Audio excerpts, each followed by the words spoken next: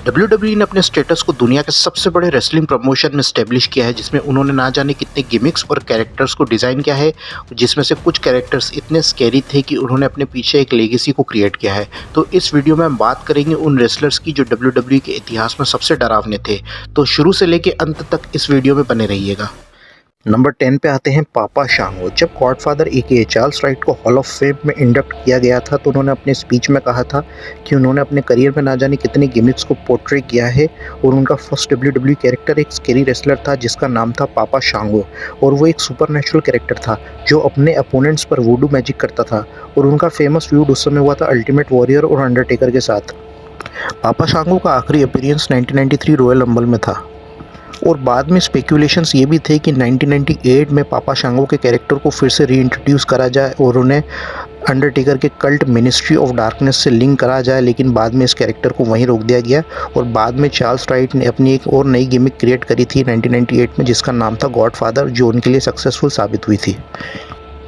Number 9 पे आते हैं मैनकाइंड। जब मैनकाइंड ए.के.ए. मिक फोली डब्ल्यूडब्ल्यू से पहले कैक्टस जैक थे, और वो अपनी हार्डकोर रेसलिंग के लिए फेमस थे। ECW, WCW और ऑल जापान प्रो में वे काफ़ी फेमस थे, पर जब डब्ल्यूडब्ल्यू ने उन्हें साइन किया था तो उन्हें एक स्केरी गिमिक का पार्ट बनाया गया जिसका नाम था मैनकाइंड।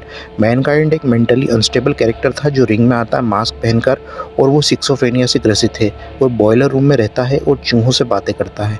मैनकाइंड का कैरेक्टर इतना ज़्यादा टेरिफाइंग था कि जब उन्होंने अपना डेब्यू किया था और उसी रात के अंडरटेकर वर्सेस ब्रैडशॉ मैच में वे इंटरफेयर करते हैं और अंडरटेकर पर वे अटैक कर देते हैं, और मैनकाइंड का अटैक इतना ज़्यादा ब्रूटल और इनसेंट था कि अंडरटेकर जैसे फिजिकली स्ट्रॉन्ग अपोनेंट को भी उन्होंने अपने अटैक से भौचक्का कर दिया था। और पूरा 1996 का साल अंडरटेकर वर्सेस मैनकाइंड के लिए फेमस था, जिसमें boiler room brawl matches, buried alive matches WWE में फर्स्ट टाइम इंट्रोड्यूस हुए थे, और ये मैचेस काफ़ी ब्रूटल और इनसेंट हुए थे।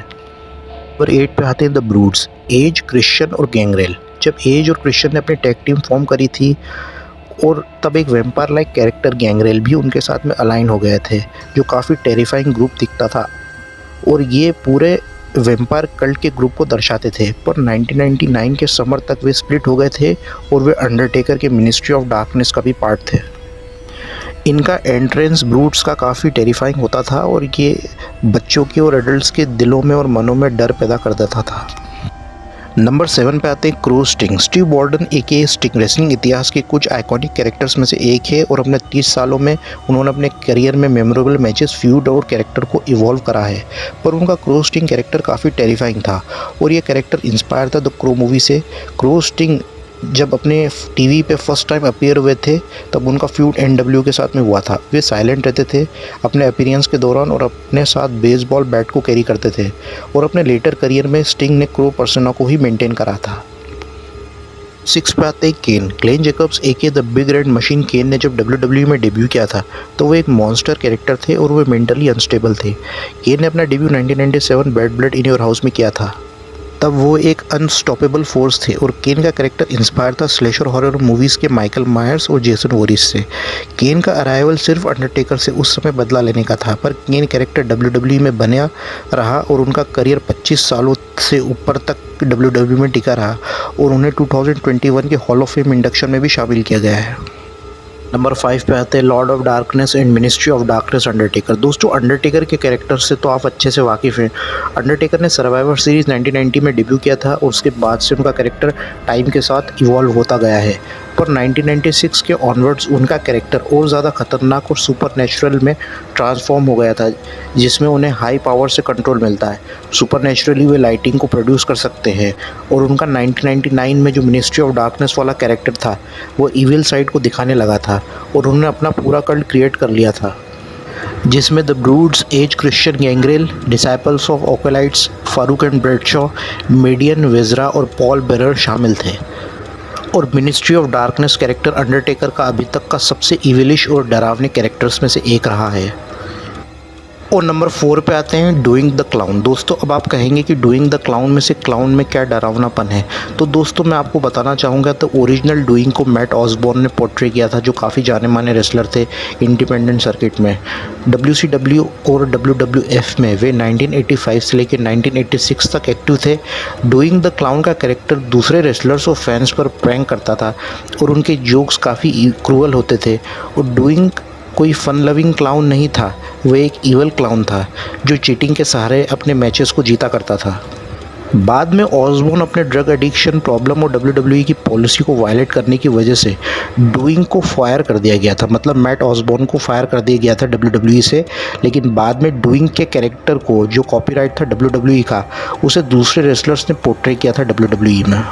नंबर 3 पे आते हैं Jake the Snake Roberts. WWE में ज़रूरी नहीं कि जो मॉन्स्टर जैसा दिखता हो वही स्कैरी भी हो। अगर हम बात करें जैक द स्नेक रॉबर्ट्स की, तो वे किसी आम रेसलर की तरह दिखाई देते हैं, पर एक बात जैक रॉबर्ट्स की खास थी कि वे जब भी रिंग में एंट्री करते थे तो उनके साथ वे सांपों को लेकर आते थे और वे अपने अपोनेंट्स के साथ साइकोलॉजिकल गेम्स खेलते थे और इस साइकोलॉजिकल वारफेयर में वे मास्टर थे। उन्होंने Macho Man, Randy Savage, Ultimate Warrior, Hulk Hogan जैसे रेसलर्स को भी अपनी लिमिट तक डरा कर रखा था जब वे डब्ल्यूडब्ल्यूई में एक्टिव थे। नंबर 2 पे आते हैं बूगीमैन। बूगीमैन डब्ल्यूडब्ल्यूई के अभी तक के पसंद करे जाने वाले डरावने रेसलर्स में से एक है। मार्टिन राइट ने बूगीमैन के कैरेक्टर को बहुत अच्छे से निभाया था और वे डब्ल्यूडब्ल्यूई में पार्ट टाइम अपीयर होते रहते हैं। जब वे एक्टिव थे डब्ल्यूडब्ल्यूई में तो उनकी एंट्री काफ़ी स्कैरी होती थी और वे अपने सर पर क्लॉक मारते थे और अपने मुँह से जिंदा वर्म्स को खाते दिखते थे, जो देखने में घिनौना भी लगता था, स्कैरी भी लगता था और टेरिफाइंग भी लगता था। डब्ल्यूडब्ल्यूई में वे ज़्यादातर समय दूसरे रेसलर्स को अपने अपीयरेंस से डराने के लिए और टेरराइज करने के लिए जाने जाते थे। नंबर 1 पे आते हैं ब्रे वायट द फिंड। ब्रे वायट फिंड पर्सोना डब्ल्यूडब्ल्यूई की हिस्ट्री में अभी तक की सबसे फ्राइटनिंग और स्कैरी कैरेक्टर्स में से एक है। द फिंड स्कैरी मॉन्स्टर था जो बहुत सारी सुपरनेचुरल, स्लैशर और इविल एंटिटी का पूरा मिक्सचर था, जो बस अपने अपोनेंट्स को बहुत बुरी तरह हर्ट करना चाहता था जो उनके रास्ते में आता था। उन्होंने अपना कैरेक्टर डेब्यू किया था फायरफ्लाई एपिसोड में, जिसमें वायत कुछ पपेट्स के साथ इंटरेक्ट करते हैं और इंटरेक्ट करते करते वे द फिंड में तब्दील हो जाते हैं। ये सेगमेंट काफ़ी दिल दहला देने वाला था और द फिंड ब्रे वायट ने अपना डेब्यू समर स्लैम में फिन बैलर के अगेंस्ट किया था। उनकी एंट्री काफ़ी टेरिफाइंग थी और मैच के कुछ मिनट्स तक ही चला और द फिन बैलर पर मैंडिबल क्लॉ अप्लाई कर देते हैं, जो देखने में काफ़ी टेरिफाइंग था।